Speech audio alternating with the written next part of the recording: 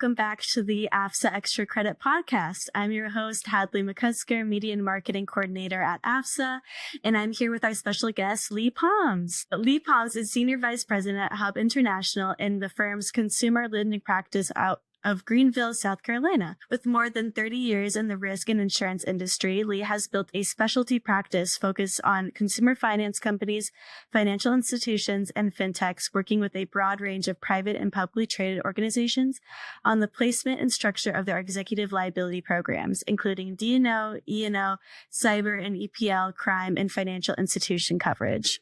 Before joining Hub, Lee spent 3 years at Aon and 9 years with Marsh in leadership and client management roles, giving him a depth of market perspective that informs how he structures and places complex specialty programs today. He also brings earlier experience from the carrier side, having worked with BCBS, SC, and Cigna Healthcare before moving into brokerage. Lee holds licenses in both property and casualty in life and health and is a 1991 graduate of Emory University.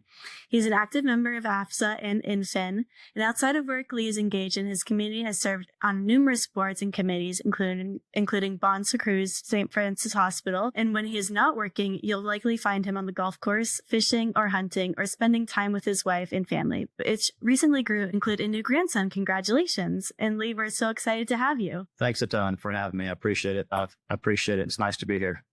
Yes, happy to have you.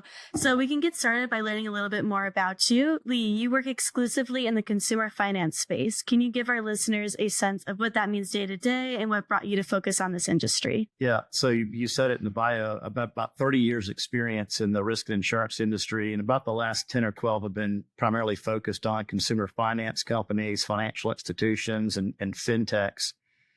And those relationships really started locally in the upstate of South Carolina. And as I guess our listeners may know, it's sort of a hub for consumer finance companies, the upstate is. So it started with 1 or 2 relationships that started locally and grew nationally. And the primary focus has been on the management liability lines of insurance, which are the D&O, the E&O, the errors and omissions, cyber liability, FI bonds, and other specialty lines for that industry. And, as you know, if you're going to work in this space, you better be active in the associations. So I've tried to, play a role of both AFSA and INFIN to become a resource, for the industry. Yes. Bank partnerships and banking as a service arrangement have become a big part of how consumer finance companies are operating today. From an insurance standpoint, what's the problem you keep running into with how companies approach these partnerships? Yeah, so it's kind of a 2-part answer to that question. It's, what do I see that happens, and then why does it happen? And I'll start with what I see is a company signs a bank partnership agreement. They launch the new product, they celebrate, and then they assume that the existing risk and insurance program is going to cover, their new program. Well, nobody ever stops to ask if the old program fits the new model, and the short answer is it usually doesn't. So these companies have signed agreements with indemnification clauses, which is a promise to protect that bank from a wide range of problems, including regulatory actions, complaints, consumer complaints, compliance failures, operational errors. And the issue is the existing policies were never written, for that company's operations. And they were written for the original company's operations, not for this new bank partnership. And I'll tell you why it happens. It's just really sort of a lack of communication and expertise. So these indemnification provisions, they're written by a sophisticated banking counsel.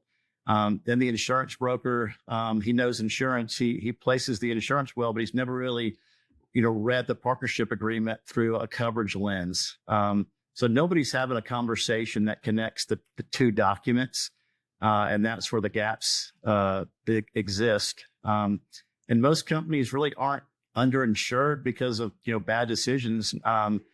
It's just that nobody with the right expertise ever sat across the table and explained, what they've actually agreed to. So in part, it's not really an insurance problem. It's the coverage exists and the markets are willing to write it.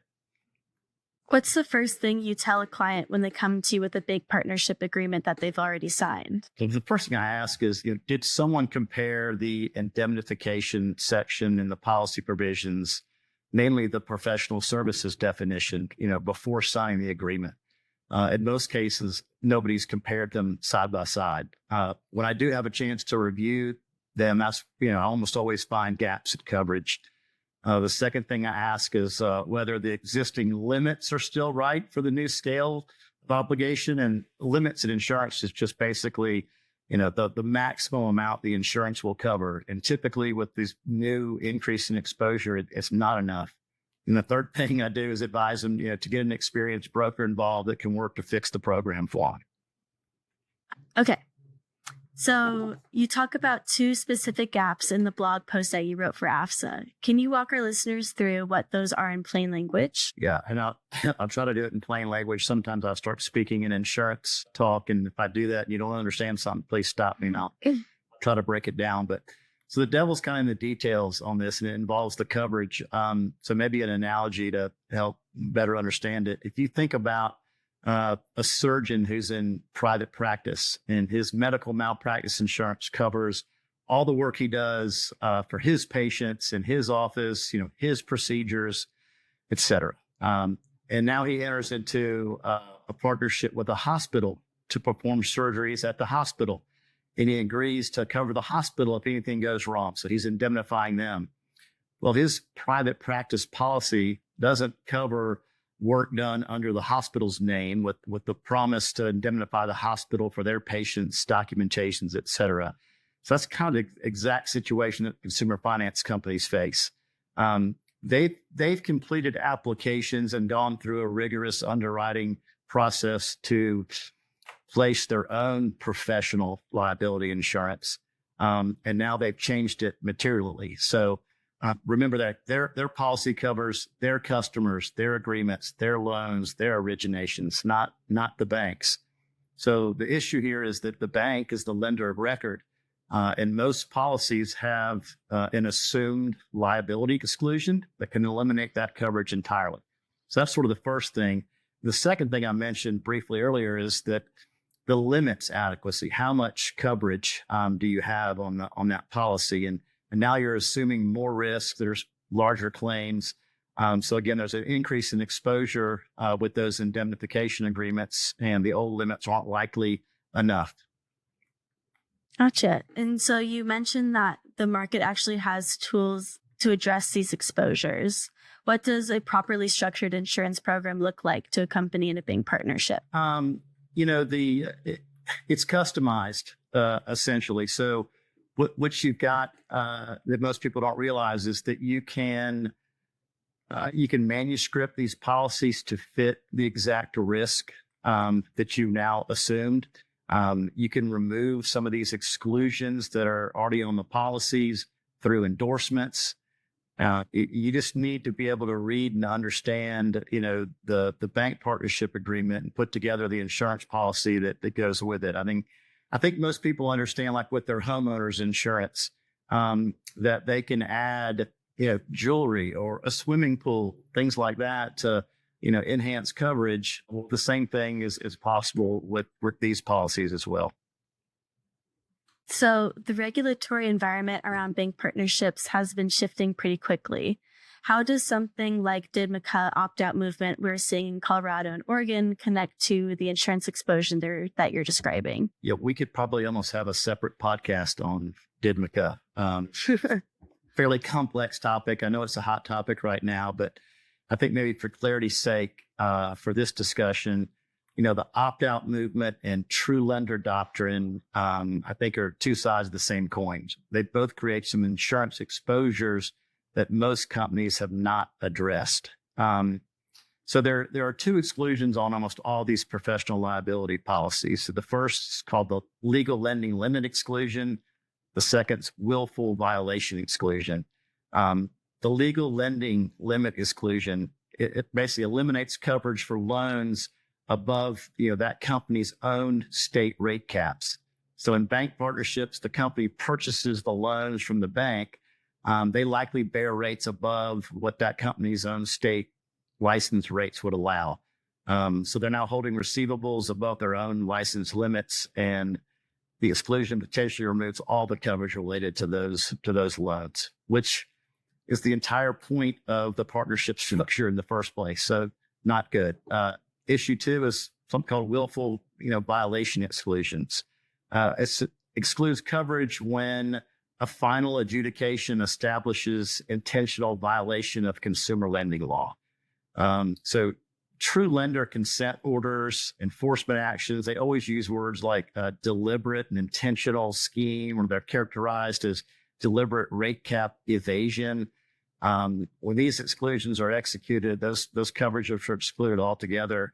And the carrier can come back and claw back defense costs maybe that they've already advanced to the company. So these are conversations that most companies have never had with their insurance advisor before. Gotcha. Beyond bank partnerships, are there any other risks that insurance topics that you think AFSA members should be paying more attention to right now? Yeah, there's 2 at the top of my mind. The first is cyber liability insurance, and consumer lenders are targets right now for bad actors. And it's really not a question of if, but when your company may have a breach or an incident. And I know a lot of companies feel like they have a $10 or $15 million limit policy, that it's sufficient, but it may not be. Plus, it's not always 10 or 15 million of real protection. There are what we call sub-limits that can really gut that policy. So things like business email compromises, wire fraud, social engineering, they're often capped at 500,000. So considerably less than those total limits. The second line of coverage is the D&O. And even though federal enforcement has pulled back with the CFPB sidelined and OCC and FDIC, a little bit friendlier than in years past, D&O risks haven't gone away. The state AGs are filling that void, particularly in California, New York, Illinois, Colorado. Activity has actually increased. And a couple things within the D&O, there's something called board oversight liability. So did the board specifically address this bank partnership risk in this oversight process? If not, the directors face personal exposure. New executive risk, CEOs and CFOs who inherit programs that didn't build, face a specific disclosure obligations, the inherited program problem. So the bottom line, D&O risk isn't about, sort of who's in the White House right now. It's about that gap between how the business has evolved and what the program is built to cover. Wow. It's all fascinating. As I have a few more questions for you. So the first is, what's the best decision that you've made this year that cost you nothing? Great question. So I did become a grandfather. Really not this year, but last year. But now Cooper is my grandson. He's about 13 months old.